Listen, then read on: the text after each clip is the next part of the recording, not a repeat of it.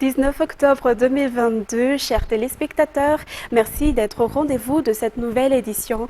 Tout de suite, à la une de l'actualité de ce jour, la délégation conduite par le président de la République, Andry Rajoelina, et son épouse est arrivée hier vers 17h30, heure locale, soit 19h30, heure de Madagascar, à Casablanca, au Maroc. Le président de la Chambre des représentants du Maroc, qui représente le roi Mohamed VI, a accueilli la délégation malagasy à l'aéroport. Le Choiseul Africa Business 2022, qui est une grande rencontre économique internationale, se tient ce jour et demain à Casablanca avec une invitée spéciale Madagascar. Les détails avec Myarvulat Sferen et Yandra Zajenbe.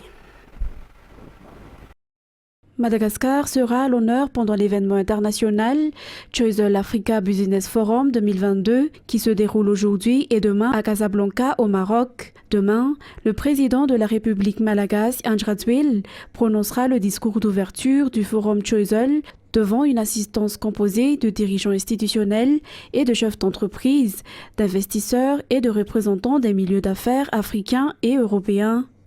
Par ailleurs, le président de la République malagasy fera une allocution d'introduction de la session sous la thématique Invest in Madagascar. À cette occasion, il y aura 2 panels sur l'économie et le Made in Madagascar. D'autres thématiques comme la cybersécurité, la promotion des petites et moyennes entreprises africaines, la transformation digitale, l'énergie, les industries culturelles, l'éducation, l'agribusiness, les infrastructures et la santé seront également traitées en parallèle lors de ce rendez-vous économique africain. Le président Andry Rajoelina, invité spécial de cette 3e édition du Choiseul, le ministre du Tourisme Joël Ringemanjantu et la ministre de l'Artisanat et des Métiers Sophie Ratirak font également partie de la délégation conduite par le couple présidentiel. Délégation qui a été reçue par le président de la Chambre des représentants du Maroc, Habib El Alami, avec tout l'honneur qui lui était réservé dès l'arrivée à l'aéroport Mohamed V de Casablanca. Cela témoigne de la solidarité africaine et du lien fort qui unissent le Maroc et Madagascar pour le développement des 2 pays, mais aussi pour le développement du continent africain. Toujours dans ce sujet, le président de la République, Andry Rajoelina, a tenu ce jour une rencontre avec la diaspora malagasy au Maroc, à la résidence du consulat honoraire de Madagascar à Casablanca. À cette occasion, le président Andry Rajoelina a partagé avec nos concitoyens expatriés les visions et les projets de développement à Madagascar. Le chef de l'État a également encouragé les membres de la diaspora malagasy au Maroc à déployer tous leurs efforts dans leurs études et dans leur travail. Par ailleurs, la diaspora a saisi cette occasion pour faire part au président de la République des difficultés administratives auxquelles elle fait face. Pour y remédier, ils ont avancé la nécessité de mettre en place une ambassade de Madagascar au Maroc, toujours avec Myarvulat Sferen et Yandra Zajenbe.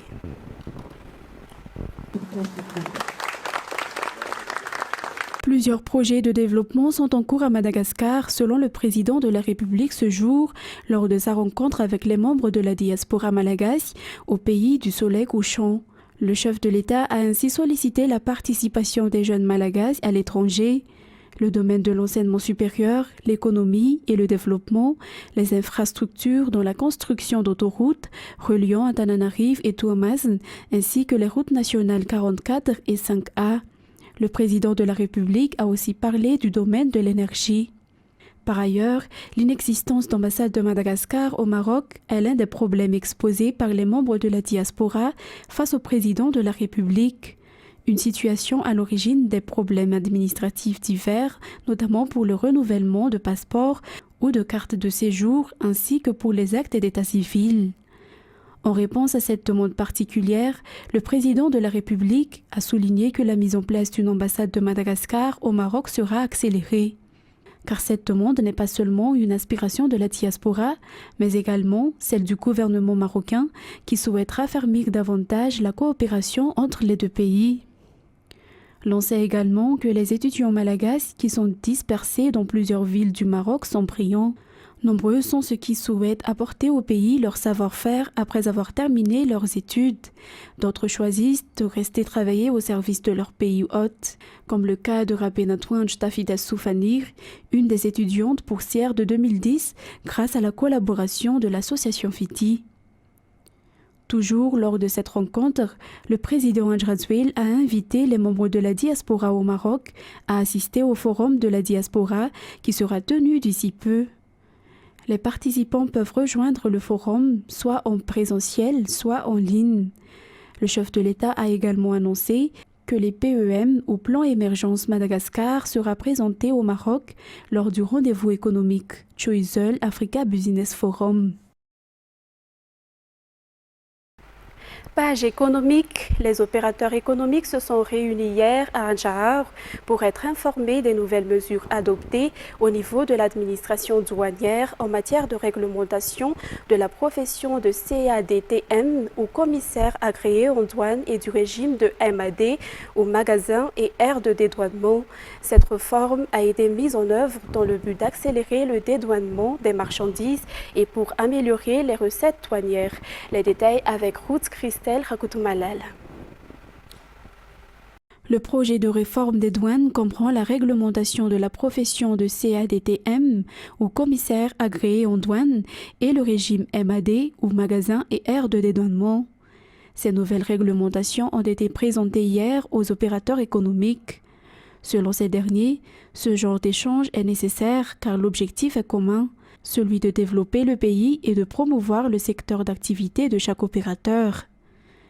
Pour la douane, ces textes devaient être mis à jour par rapport à la pratique actuelle et en vue d'assainir le secteur, mais surtout pour la professionnalisation et l'assainissement du métier des CAD et des MAD. Après une séance d'information, il y aura une formation des CAD et des responsables de transit et des déclarants. Et le projet Soyofishtu a instauré 4 complexes dans le district de Marodzic et de Semananara Nord, région d'Analandsrouf, afin de venir en aide aux pêcheurs. La mise en place des infrastructures s'inscrit dans le cadre de la réalisation du programme de Soyofishtu sous le parrainage du ministère de la Pêche et de l'économie bleue et également la réalisation de la vision du gouvernement pour l'indépendance agricole. Felana Rakoutoursoul et Asnara Fanzanar nous en disent plus. 6 000 pêcheurs locaux profiteront de ces 4 nouvelles infrastructures dans le district de Marodzic et de Mananar dans la région d'Analandsrouf. 250 pêcheurs bénéficient également de l'existence de ces réalisations. Parmi ces infrastructures, on trouvera des marchés, des locaux administratifs, des salles de réunion, des chambres froides et celles dédiées à la fabrication des glaces. Elles seront totalement autonomes sur le plan de l'énergie, car on utilisera des énergies solaires pour l'électricité. L'installation de ces complexes pêcheurs sera une grande aide pour ceux dans la région afin de pouvoir stocker les produits selon le ministre de la Pêche et de l'économie bleue, Madame Paubert. La cérémonie pour marquer le début de la construction de ces complexes pêche dans la région d'Analandsrouf, district de Marodzic et de Mananar s'est tenue hier. Le projet Soyofishtu vise encore de mettre en place 21 complexes pêche dans les 3 régions dont Diana, Melek et Analandsrouf selon toujours les explications. Et concernant les faits divers, les habitants dans la commune d'Alatsnen Bakar, district d'Anjamasn, se plaignent de l'insécurité qui règne dans cette zone. Ainsi, ils demandent des mesures strictes de la part du gouvernement malgache concernant cette insécurité, notamment l'augmentation de l'effectif des forces de l'ordre. Rafadjessé Namigré sur le reportage. L'insécurité règne dans la commune d'Alatsnen Bakar, district d'Anjamasn. À cet égard, les habitants se plaignent. Ces derniers passent la nuit dans la forêt ou dans les champs par peur et demandent au gouvernement malgache de trouver des solutions afin de résoudre ce problème le plus vite possible au niveau de chaque Fouktin. Durant ces 2 dernières années, le nombre de zébus perdus a augmenté jusqu'à 180. Des efforts ont été déjà fournis par la gendarmerie nationale pour arrêter les Dahal. Toutefois, l'effectif de forces de l'ordre qui y travaille n'est pas suffisant et devrait être augmenté selon le maire Radjian Armala Latone. En éducation, la rentrée universitaire 2022-2023 au sein de l'Université d'Ankara a débuté ce jour. Les résultats du concours d'entrée ont été publiés hier.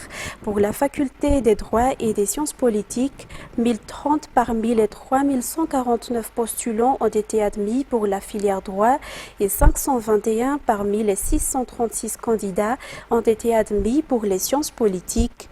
Pour le département économie, 1515 parmi les 3203 candidats ont été admis à intégrer la filière. Le résultat du concours pour le département gestion est estimé sortir le 21 octobre prochain, tandis que pour le département sociologie, la date de publication des résultats de concours n'est pas encore déterminée. Il est à noter que les bacheliers des éditions 2021 et 2022 ont participé ensemble à ces concours. Et en raison d'une manque d'instruction, certains jeunes diplômés perdent leur temps selon un responsable au sein d'une école supérieure privée aujourd'hui. Nombreux parmi les jeunes qui ont obtenu leur baccalauréat cette année n'arrivent pas encore à déterminer la filière qu'ils devront choisir et poursuivre en fonction de leur but. Les détails avec Fadjessena Mireille et Yves Chanel. 2 mois après les résultats de l'examen officiel baccalauréat, nombreux sont les jeunes qui ont du mal à choisir la filière qu'ils devront poursuivre. Selon les enquêtes, bon nombre parmi ces jeunes fraîchement diplômés ne savent même pas quelle formation suivre. De ce fait, il y a ceux qui perdent une année, voire des années, après l'obtention du baccalauréat. Une situation qui peut être également due au manque d'instruction. En général, il s'avère que les étudiants s'intéressent davantage à la filière gestion.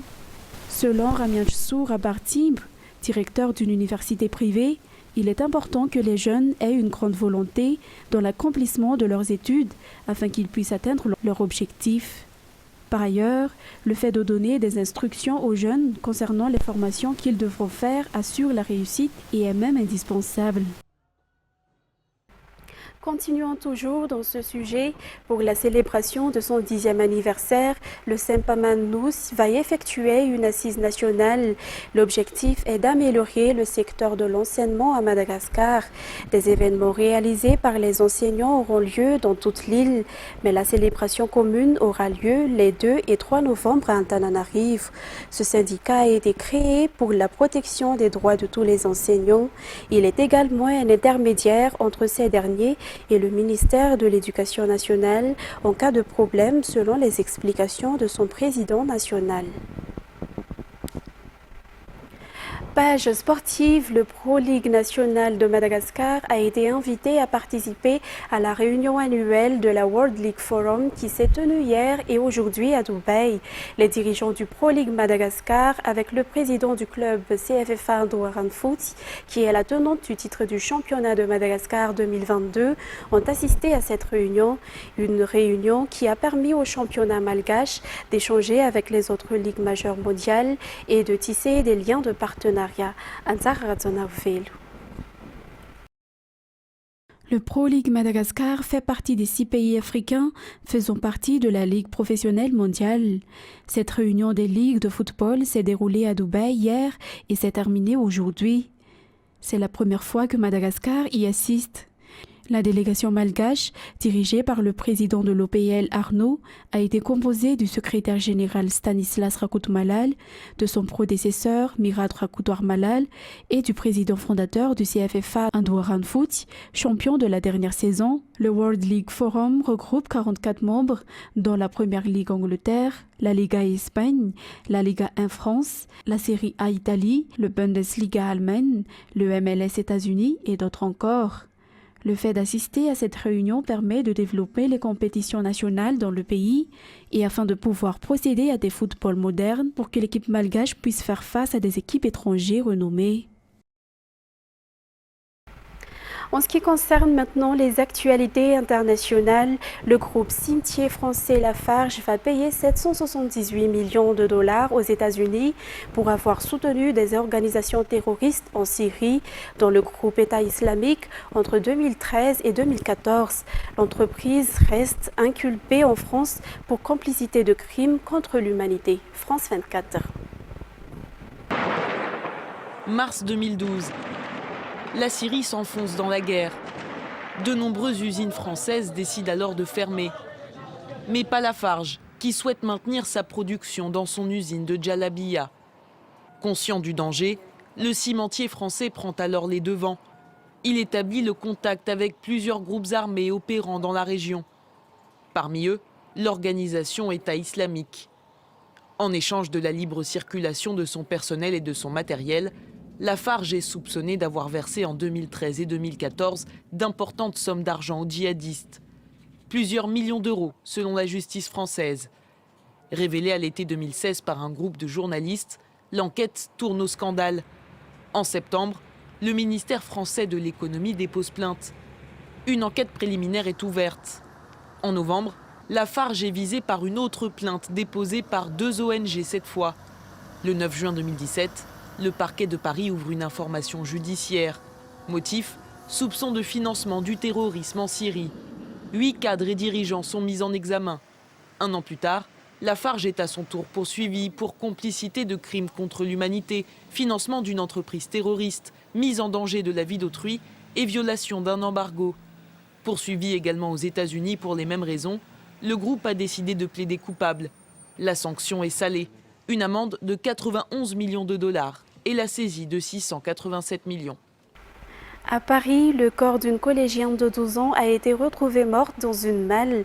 L'autopsie a relevé une mort par asphyxie. Hier, une suspecte a été mise en examen pour meurtre et viol aggravé avant d'être écrouée. Toujours avec France 24. Pour les enquêteurs, cette femme vue sur la vidéosurveillance serait la seule responsable de la mort de Lola. Elle est à présent mise en examen pour viol, acte de torture et meurtre sur la fillette de 12 ans. Vendredi soir, inquiets de ne pas voir rentrer leur fille du collège, ses parents alertent la police. Peu avant minuit, le corps de Lola est retrouvé sans vie dans une malle au rez-de-chaussée de la cour de l'immeuble familial du nord-est parisien. Repéré sur les images de vidéosurveillance par le père de la victime, gardien de l'immeuble, la principale suspecte est arrêtée par les enquêteurs samedi matin dans la région. Âgée de 24 ans, marginale, sans domicile fixe, elle n'a pas d'antécédents judiciaires mais apparaît comme victime dans une affaire de violence. L'homme qui l'hébergeait, avec qui elle n'a aucun lien familial, est âgé de 43 ans et domicilié à Asnières, en région parisienne.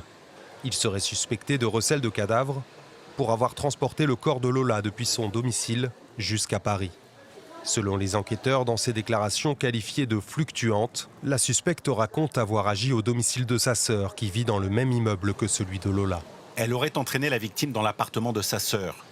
Elle lui aurait imposé de se doucher avant de commettre sur elle des atteintes à caractère sexuel et d'autres violences ayant entraîné la mort. Après le placement en détention de sa cliente, l'avocat de la suspecte pose déjà la question de son discernement. Cette irresponsabilité pénale qui va être soulevée au cours de l'instruction est une procédure habituelle en matière criminelle. Il n'y a pas lieu d'en déduire en l'état quoi que ce soit. À ce stade de l'enquête, le mobile de cet acte barbare demeure inconnu. Et enfin, l'armée russe annonce le début d'une évacuation à Kherson. Moscou, qui contrôle depuis le printemps cette ville ukrainienne, dit vouloir éviter les bombardements de Kiev pour les civils. Toujours avec les détails de France 24. Des tranchées, mines anti-chars et drones, le dispositif de défense est en place. Mais sera-t-il suffisant ? Dans la région de Kherson, les troupes russes se préparent à un nouvel assaut ukrainien. Et pour la première fois, les habitants sont priés de quitter la région. Très bientôt, les Ukrainiens pourraient lancer leur offensive sur Kherson. On ne peut exclure les bombardements sur la partie de la région de Kherson située sur la rive droite du fleuve Dnipro. Depuis 2 semaines, nous insistons pour que les habitants quittent cette rive droite. En réalité, l'offensive a déjà commencé. Depuis la fin août, l'armée ukrainienne progresse dans cette région, avec comme objectif la ville de Kherson, 300 000 habitants avant l'invasion. Un verrou stratégique et hautement symbolique. La ville avait été parmi les premières prises majeures de l'armée russe au début de l'invasion. Aveu d'impuissance ou stratégie d'annonce, le Kremlin reconnaît une situation compliquée pour ses troupes sur le terrain. La situation dans cette zone de Kherson n'est pas simple. L'ennemi frappe intentionnellement des infrastructures économiques, sociales, industrielles et des bâtiments résidentiels. Une déclaration rare. Jusque-là, le Kremlin minimisait la portée des contre-offensives ukrainiennes lancées depuis la fin de l'été. Mais en quelques semaines, le discours a changé.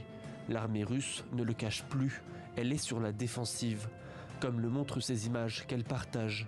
Des tranchées et des obstacles anti-chars construits à la hâte sur des centaines de kilomètres pour tenter de ralentir l'armée ukrainienne. Chers téléspectateurs, voilà que prend fin cette édition. Je vous remercie de l'avoir suivi jusqu'à son terme. Dans quelques minutes, vous allez suivre la série Dynastie. Quant à moi, je vous retrouve demain, même heure, même chaîne. Au revoir.